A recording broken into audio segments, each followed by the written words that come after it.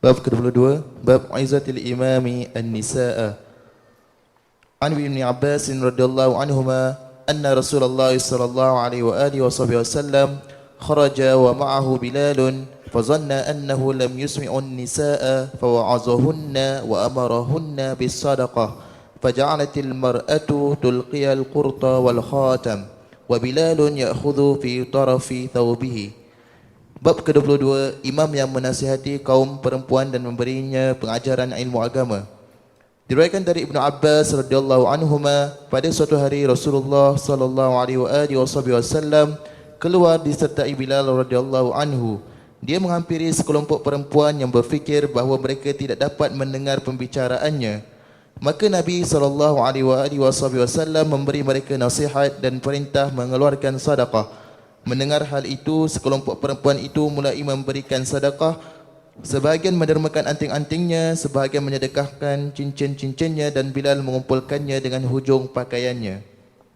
Aywa, hadis ini secara khasnya diletakkan dalam tajuk Al-Imam, menyampaikan nasihat kepada golongan wanita. Yang dimaksudkan adalah imam di sini adalah pemimpin yang disunnahkan untuk menasihati, menyampaikan amanah dan juga mengajarkan perkara-perkara yang terkait dengan golongan-golongan tertentu, termasuk daripada hal yang berkaitan dengan golongan wanita. Dalam hal ini menunjukkan bagaimana agama ini adalah mengambil berat tentang hal ehwal wanita. Baginda Rasulullah sallallahu alaihi wasallam dalam hadis ini menyampaikan satu khutbah yang lebih detailnya. Hadis ini menceritakan tentang khutbah pada hari raya yang disampaikan oleh baginda Rasulullah sallallahu alaihi wasallam.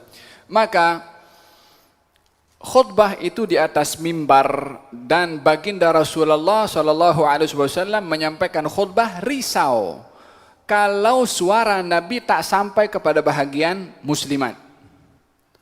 Risau sebab fadhanna, Nabi menyangka kalau perempuan tak dengar, kalau perempuan tidak dengar. Maka Nabi SAW terus pergi kepada bahagian muslimat untuk menyampaikan kepada mereka.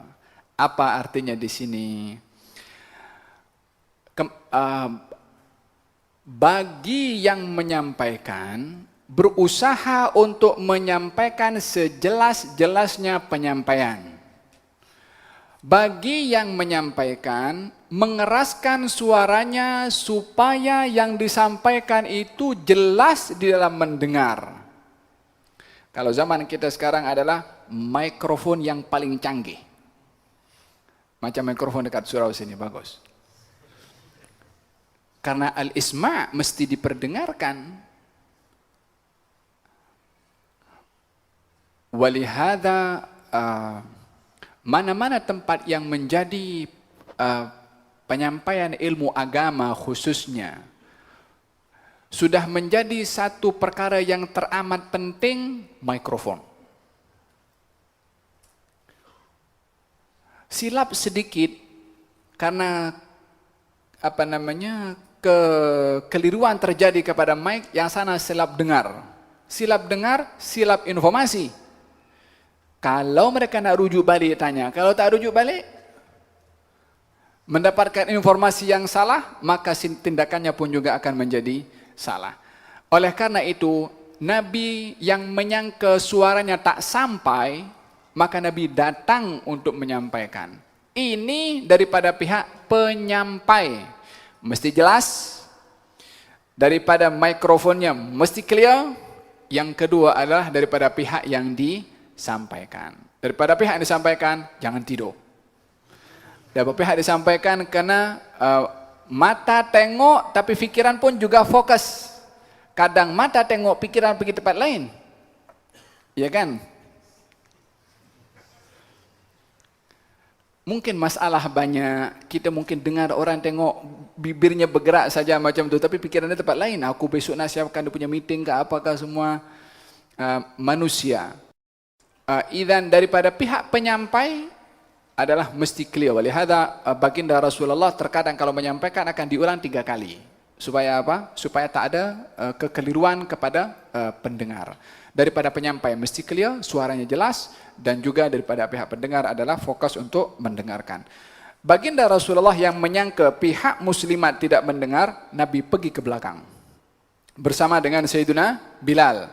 Lalu Nabi SAW bersabda kepada kaum muslimat, "Ya ma'syaran nisa, tasaddaqna fa inni ra'aitukunna aktsara ahlin nar li'anna kunna takthurna al-la'na wa yakfurna al-ashir." Wahai sekalian kaum muslimat, wahai sekalian kaum wanita, hendaklah kamu bersedekah. Sesungguhnya aku melihat ramai daripada penghuni neraka adalah daripada golongan kamu. Yani kamu di sini bukan para perempuan situ, tidak, maksudnya golongan wanita secara umumnya. Lalu seorang perempuan bangkit dan bertanya kepada Rasulullah, "Kenapa kami adalah orang yang paling banyak di neraka?" Kata baginda Rasulullah, "Li'anna kunna takthurna al-la'na wa yakfurna al-ashir." Karena kamu suka melaknat dan juga yakfurna al-ashir, kufran al-ashir, tidak mensyukuri daripada kebaikan suaminya. Ada beberapa hal yang disampaikan oleh Rasulullah SAW, dan ini adalah merupakan satu tahdzir, peringatan, bukan satu penghinaan, bukan satu meletakkan martabat perempuan dalam kedudukan yang tidak baik. Tidak, justru ini adalah satu wiqayah, satu penjagaan, karena ramai daripada penghuni neraka dikarenakan oleh perbuatan tersebut, laknat, dan juga tidak mengingati atau mempunyai sifat tidak berterima kasih kepada kebaikan daripada suaminya. Hal yang seperti ini kerap beberapa kali diungkapkan oleh Rasulullah SAW dalam pelbagai aspek. Yani bukan hanya masalah perempuan sahaja, tetapi dalam yang lain ketika Nabi menyampaikan dalam bentuk yang hampir sama tapi dalam konteks yang berbeza. Baginda Rasulullah mengatakan kebanyakan penghuni neraka itu daripada orang yang dia tidak betul di dalam beristinja, daripada golongan laki-laki khususnya. Satu hari baginda Rasulullah lalu di dua kubur. Kemudian Nabi bersabda, "Innahuma la yu'adzaban." Ini dua orang dalam kubur ini adalah sedang diazab oleh Allah. "Wa ma yu'adzabani min kabir." Ini orang diazab oleh Allah bukan karena dosa yang besar, tak. Amma ahaduhuma, adapun yang pertama, fakana la yastabri'u minal baul, tidak menuntaskan di dalam buang air kecilnya. Yang kedua, fakana yamshi bin namimah, suka mengadu domba.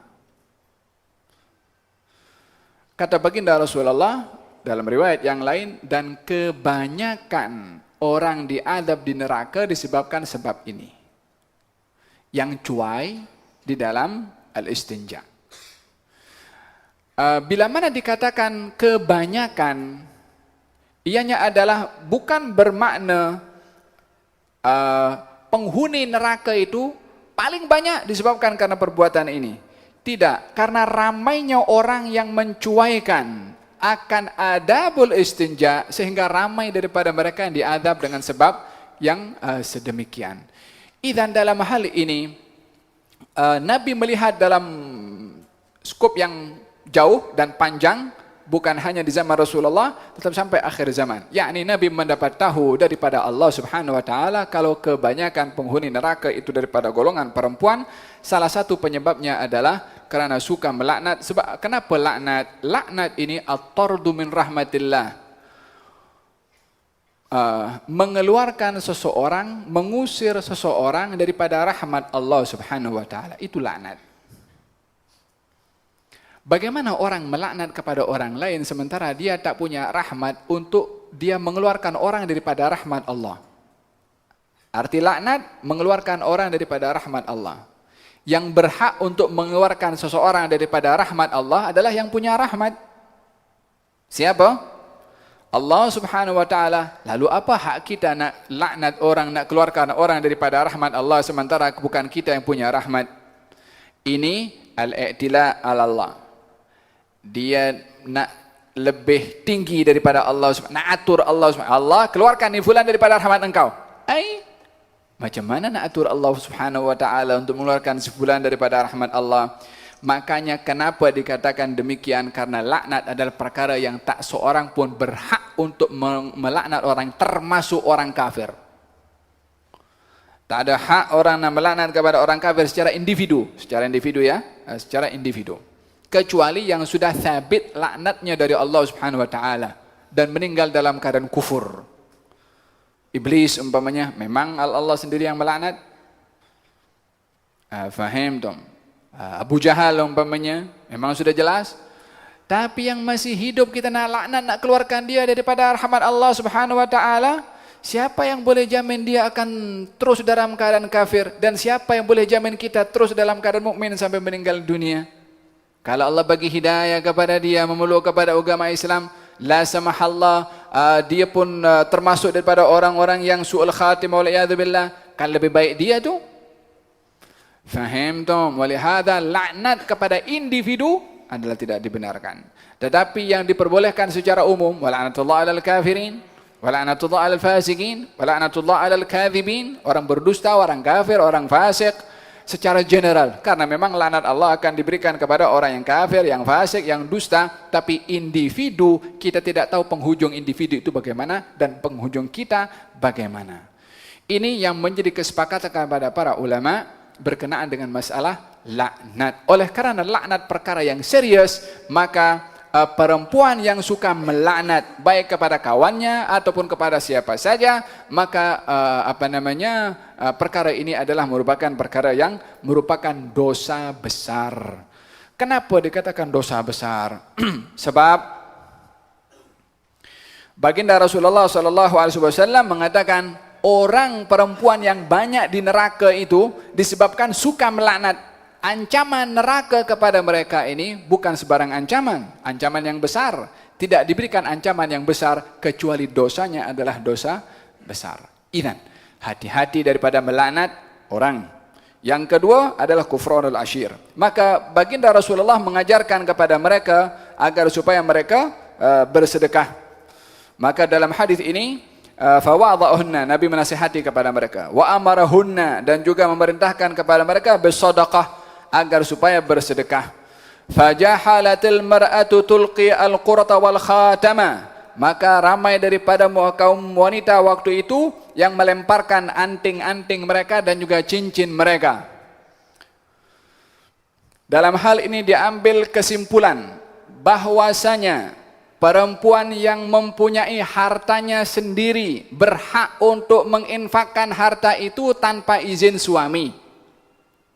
Tapi kalau duit sendiri, jangan duit suami bagi kepada orang tanpa izin. Kalau nak bagi duit suami kepada orang, minta izin. Sebab bukan duit dia. Tapi kalau duitnya sendiri, hartanya sendiri, mereka ini para kaum muslimat mengeluarkan cincinnya, membuka antingnya, diserahkan kepada Bilal yang sedang mendandahkan dengan kainnya. Mereka adalah memiliki kepada harta tersebut, maka tidak meminta izin kepada sesiapapun juga, karena perempuan berhak menginfakkan hartanya sendiri tanpa minta izin, kecuali kalau harta suami. Hadza yang pertama. Yang kedua, nasihat Rasulullah untuk bersedekah disebabkan karena ancaman yang disebutkan oleh Nabi SAW mempunyai makna bahwasanya sedekah itu yang pertama boleh menjadi sebab penghapusan dosa. Yang kedua, sedekah itu boleh menjadi sebab terselamatnya orang daripada api neraka. Faham dong?